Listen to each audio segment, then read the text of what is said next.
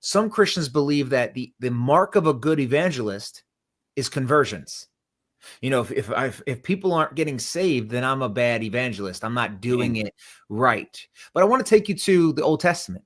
How many people listened to Isaiah? How many people listened to Jeremiah? How many people listened to Ezekiel? No, but rather they were actually sent to people who were hard of heart. Yeah. They were sent not because the conversion mattered, but that the preaching of truth is what mattered. And so when we preach the gospel, I want to make this clear. There are people out there that will preach the gospel for their entire life and never see one conversion with their eyes. Yeah. That's not a failed evangelism. That's not failed preaching.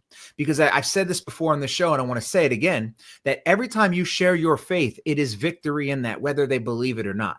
You're not going to a world where people are waiting for this and they're going to be so excited for you to show up. And they're like, yay, I'm so happy you're here to bring me the gospel. No, you're going into a world that hates Jesus.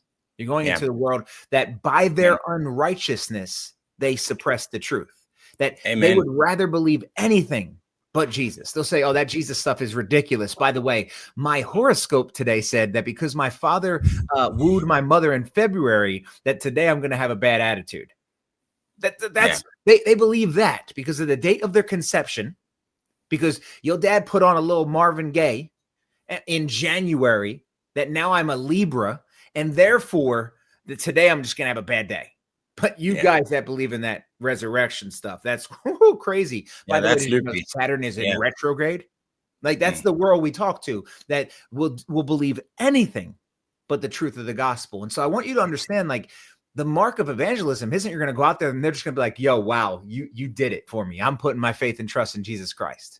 Yeah, and Charlie Cook's a great example of this, because he won't get to see the fruit of what his death brings.